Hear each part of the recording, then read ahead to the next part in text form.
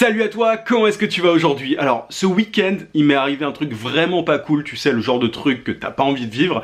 Je me suis clashé avec un client potentiel, avec un prospect.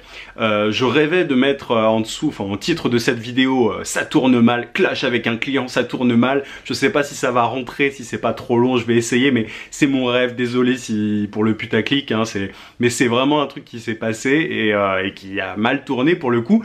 Parce que voilà, je me suis juste frité avec un prospect, tout allait bien au début, et bah finalement, le mec m'a quasiment insulté. Donc, je te parle de tout ça tout simplement pour te montrer que voilà, des fois ça se passe super bien avec certains clients, des fois t'y peux rien, il y a juste des gros clashs, ça peut arriver, ça fait partie du jeu. Juste avant de t'en parler, je t'invite à mettre un gros pouce bleu et à t'abonner à la chaîne si c'est pas déjà fait. À tout de suite.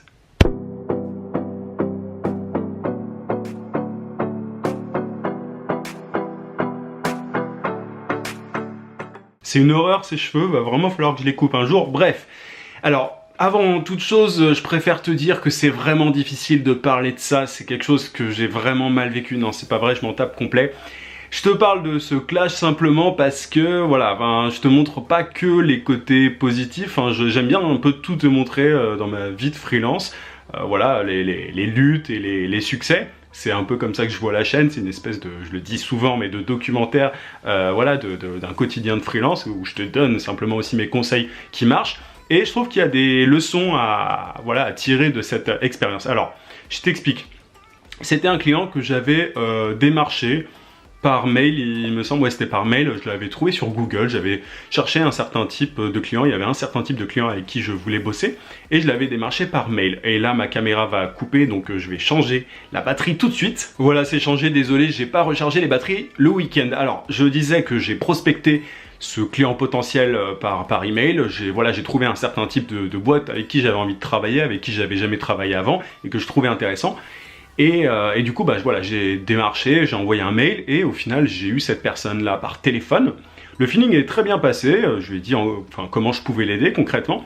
Et du coup, je l'ai rencontré une semaine après, il me semble, un peu moins d'une semaine. Et le feeling est encore super bien passé, c'était vraiment quelqu'un que je trouvais super sympa, voilà, tout roulait, très ouvert par rapport à mes propositions, vraiment j'avais l'impression que tout allait bien. Et du coup, j'explique, tu vois, je te le dis souvent, mais j'explique concrètement ce que je peux faire, je donne des conseils même assez précis, donc je donne pas mal de conseils gratuitement, disons. Et c'est le jeu, tu vois, tu donnes des conseils avant de chercher à vendre quoi que ce soit. Là, j'essaie de voir comment est-ce que je pouvais aider la personne, donc j'ai posé des questions, je disais ce que je pouvais faire et tout. Et du coup à la fin la personne me dit bon c'est cool, dites-moi, revenez vers moi la semaine prochaine ou dans quelques jours, assez rapidement, la personne était assez pressée. Elle me dit dites-moi concrètement combien ça coûte, telle prestation dont on avait parlé ensemble, on a un petit peu vu, c'était vraiment du sur-mesure, on a vu ce dont avait besoin la personne, j'ai pas imposé quoi que ce soit. Et du coup en fonction de ce que je savais faire, je lui ai dit que je pouvais l'aider, et du coup il m'a demandé mes prix quoi. Du coup ce que je fais, c'est que je l'appelle quelques jours après, en lui précisant mon prix. Et là, du coup, la personne me dit ok, c'est cool, mettez-moi ça par écrit. Du coup, je lui demande, vous voulez un devis? Il me dit oui. Donc, je lui fais un devis. Je voulais faire un devis. Et alors, c'est le lendemain, je lui ai envoyé un message en mode est-ce que vous pouvez me donner votre numéro de SIRET et de TVA? Alors, faut savoir un truc, c'était pour faire le devis. Faut savoir un truc, c'est que moi je bosse avec des clients depuis un certain temps, comme je te l'ai dit, je fais pas de la prospection très régulièrement parce que j'en ai pas particulièrement besoin. Je fais pas beaucoup de devis, je passe direct souvent aux factures en fait. Et du coup, je lui ai demandé un numéro de SIRET et de TVA, alors que normalement pour le devis, t'en as pas vraiment besoin. T'as besoin de ça pour la facture, mais pour le devis, t'es pas obligé. Bon, c'était une petite erreur de ma part, j'utilise moi l'application Freelancer App, dont j'ai déjà parlé pour faire des factures, je te mettrai le lien dans la description. Et bref, du coup, j'envoie ça, est-ce que vous pourriez m'envoyer votre numéro de SIRET sachant qu'il avait accepté mon prix la veille, tu vois. Il m'avait dit donc ok, mettez juste moi ça par écrit. Du coup je lui dis bon, est-ce que je peux avoir votre numéro de SIRET et de TVA? Il me dit et là pas de réponse en fait. J'ai eu aucune réponse à ce moment-là. J'ai vu qu'il avait ouvert mon email parce que je traque mes emails, donc je sais quand les personnes ouvrent l'email. Je décide de relancer 1 ou 2 jours après, pour simplement toujours ce numéro de SIRET et de TVA. Pas de réponse. Du coup, je laisse pisser, entre guillemets, et je me dis, bon, bah, je vais rappeler dans quelques jours. Sachant que la personne était censée être pressée à la base. Donc je l'appelle, tu vois, simplement je l'appelle, je lui dis oui, bon bah je suis sans nouvelles depuis quelques jours, est-ce que vous êtes toujours intéressé et tout. Et là, le mec il me dit, oui, bon j'étais étonné de votre comportement, tu sais, très méfiant, déjà, j'étais très étonné de votre comportement parce que vous vouliez, vous me demandiez un devis, un numéro de tirette pendant les TVA, alors que ça on en a besoin que pour la facture et tout. Je lui dis ah oui, désolé, bah c'est vrai, je suis pas obligé d'avoir ça pour faire un devis, désolé, je vous fais un devis sans ces deux éléments-là, pas de problème. Donc bon bah voilà, je me dis bon bah j'ai fait une erreur, pas de souci, je vous fais ça. Et entre temps j'avais quand même vu qu'il avait fait certains trucs sur son site sans mon intervention, tu vois, c'est-à-dire que moi j'ai besoin de faire quelques interventions sur le site de mes clients parfois, et là j'avais vu qu'il avait avancé quelques trucs après le rendez-vous qu'on avait eu ensemble où je lui avais donné justement ce genre de conseils. Du coup je lui dis oui, sinon vous avez avancé sur votre site et tout parce que j'ai vu ceci, cela et tout machin. Il me dit oui, non, c'est juste pour, il y a quelqu'un qui travaille avec moi qui a fait ça, machin, bref, il minimise le truc, je me fais bon, ok, à la base je me disais bon bah il a chopé tous mes conseils pour les faire appliquer par quelqu'un de moins cher par exemple, c'est ce que je me suis dit, potentiellement. Après quand il est au téléphone, je me suis dit bon bah peut-être qu'il ment pas, tu vois, peut-être que voilà, simplement il est méfiant et tout, bon bah bref, je vais faire le devis. Donc je fais le devis, et là ce week-end je reçois un mail en mode vraiment méfiant, mais genre super méfiant. Oui, c'est bizarre, j'ai jamais vu un devis aussi incomplet, c'est super flou, machin, toute ma carrière, j'ai jamais vu un devis aussi incomplet. Qu'est-ce qu'il me disait d'autre? Je sais même plus, enfin des trucs vraiment... Mais le mec, tu te disais, mais alors il y a un souci, c'est-à-dire que j'ai expliqué tout ce que je pouvais faire en rendez-vous, là je vais pas non plus faire 4 pages tu vois, de présentation stratégique, etc. Enfin il y a un moment, tu me laisses faire et c'est bon quoi. Et du coup là, bah, j'ai répondu assez sèchement, mais bon, tu vois, moi je décide aussi de mes clients, quoi. Enfin je décide avec qui je veux bosser, c'est pas juste dans un sens. Et je lui dis, bon...